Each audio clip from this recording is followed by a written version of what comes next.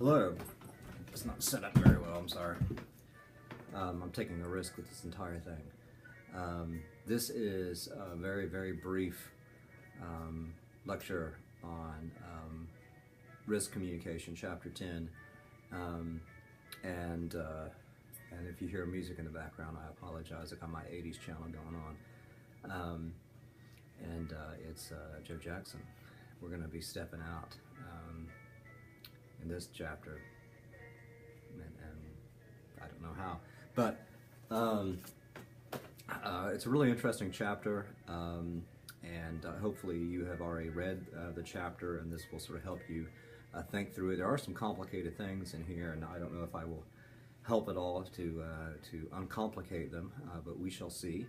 I'm frantically trying to get ready to go to Austin, Texas tomorrow for SSCA, which is the Southern States Communication Association. So again, if you watch this, we're not going to have face-to-face class tonight. I've got these other things that I want you to do, like watch this and work on some things for the contact hours. So basically I will just sort of go, the monkey's right there, hey monkey. Just go through this chapter and as quickly as I can. The first slide here, and the PowerPoint is on KC, but it's farming. Basically, because this whole preface of the risk communication chapter is the case study of biotech stuff. If you don't know too much about biotech, it's bio-delicious. But basically it talks about how a lot of folks, despite the fact that there's not a whole lot of evidence that biotechnology is harmful, who knows, but there's a lot of folks who reject the technology. And it's a really good preface, because that very last paragraph is very, very important. On the top of page 197 sort of sets the stage, so to speak, for our discussion of risk communication. Which side is correct about biotechnology and the world's food supply? And there are folks who say it's bad, folks say, no, we need it because the population is growing and all that type of stuff. Which side is right? I don't know. Is biotechnology the answer to feeding the world, or is it a gateway to disease and environmental destruction? Risk communication is the means by which we answer such questions. Because no crisis has occurred yet, the debate centers on perceived levels of uncertainty. Neither side on the biotech debate can say with certainty that harm is inevitable, or that no harm will ever come from these products of modern technology. Those who advocate biotech believe sufficient research is available to establish their safety. Those who oppose biotech are not yet convinced that sufficient research exists. And that's the thing, it's all about communication, about potential risks, so people can make decisions and then hopefully avoid a crisis.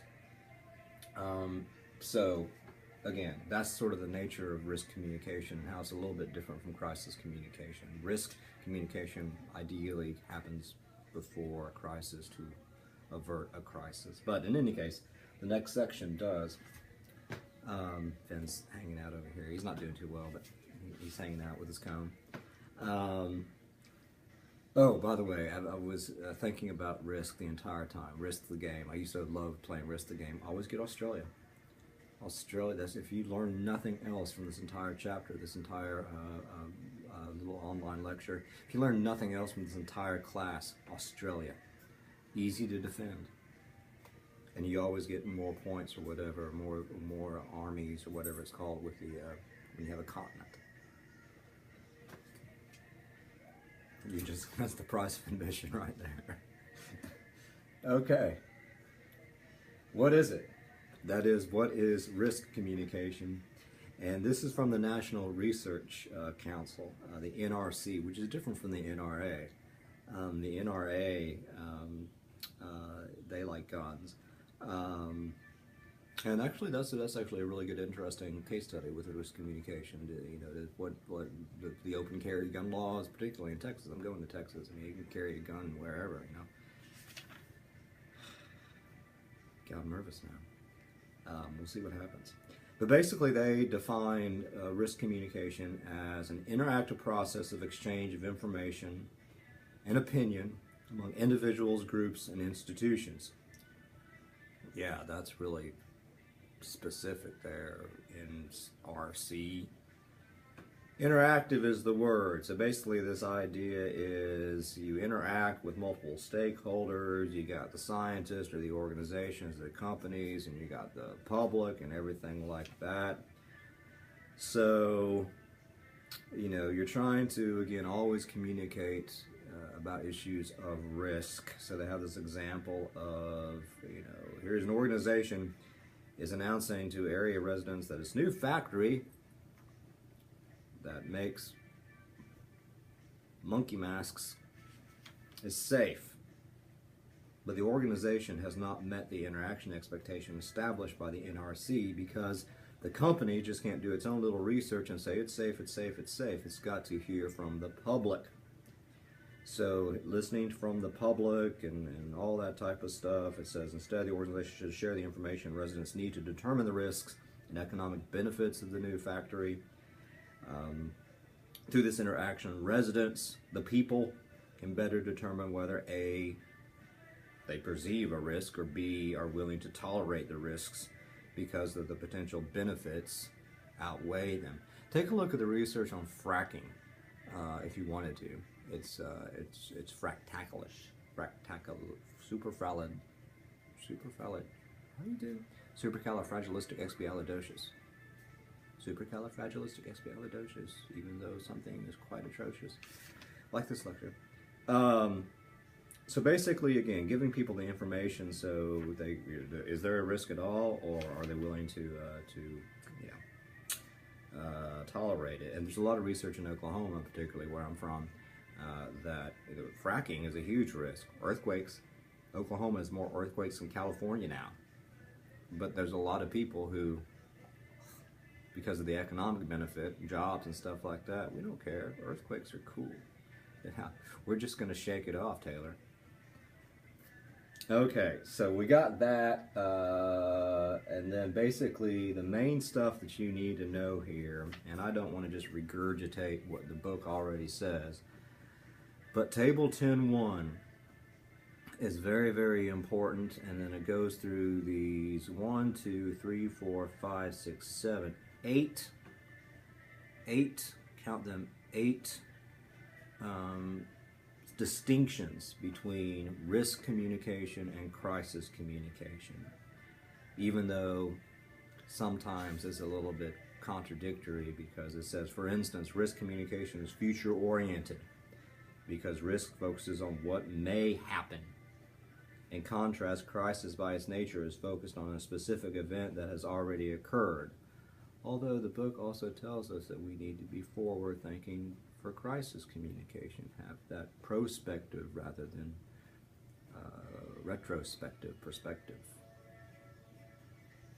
But in any case, I'll let you read that, because I would just be reciting what these folks are saying. But make sure you look at that table, because I think it fairly clearly defines and showcases the differences between crisis and risk communication. And then it just sort of says that, risk communication is very, very valuable, and we have to have effective risk communication as organizations. The value of risk communication can clearly be seen in the example provided in the introduction, the biotech folks.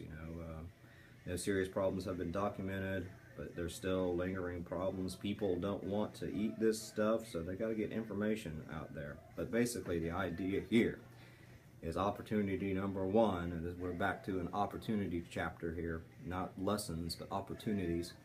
Effective risk communication can disrupt a crisis and prevent it from reaching its full magnitude. So getting that information out there, effective risk communication can disrupt a crisis and prevent it. But how do you do that? That is the next little section. Ooh, risk. Australia. Down Under. What's that song? Do-do-do-do-do. Man at work. Man at work. I am a man at work right now. But I don't come from a land down under. I come from a land in the middle. Can you see Oklahoma?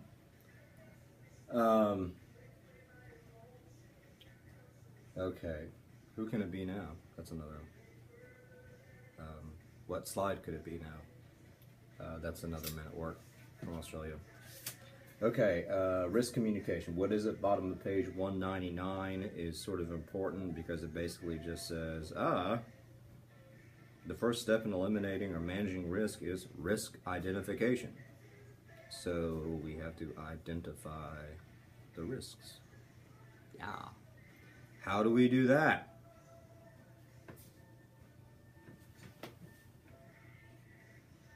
We use our mind, our brain, and we go. Mindfulness. Mindfulness is the big idea term here. Being mindful. What's that mean? Thinking. Focusing. Being vigilant. Vigilant is like some village gnat.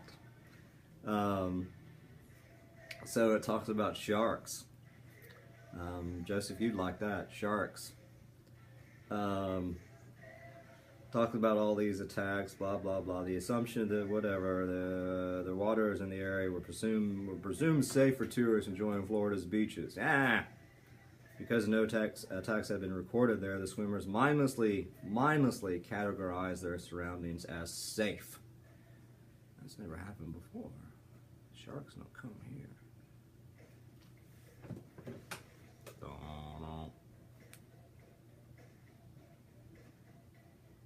I've got taco on my hand. I just had a little taco, but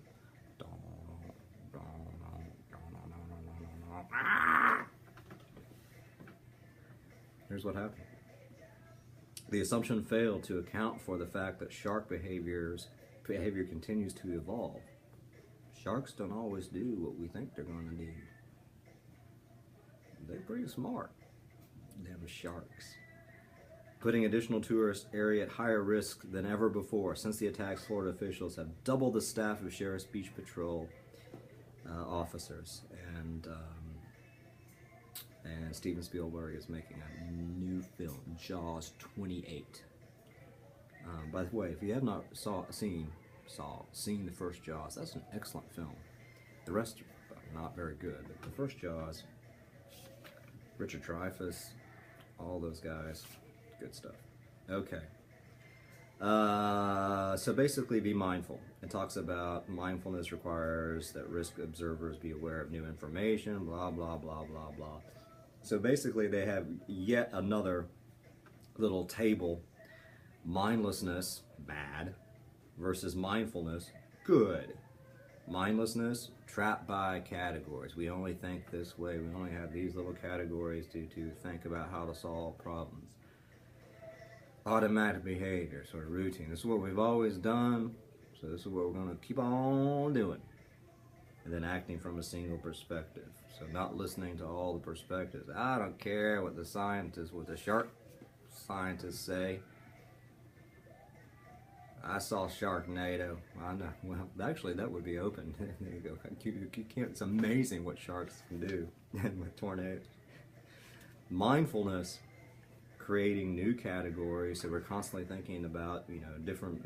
Are there different possible problems or different possible solutions? Let's think outside of the box. Open to new information, like that sharks change their things. And then awareness of more than one perspective. Listen to all the perspectives. That's sort of a theme throughout. And basically, there's I thought was a pretty good thing. These 5 applications of mindfulness from Wick and Sutcliffe. Characteristics, and this is all to improve safety and to create what they call high reliability organizations. Preoccupied with failure. That sounds sort of bad, but no, it's like, how can we possibly fail? So always being very vigilant, not vigilant,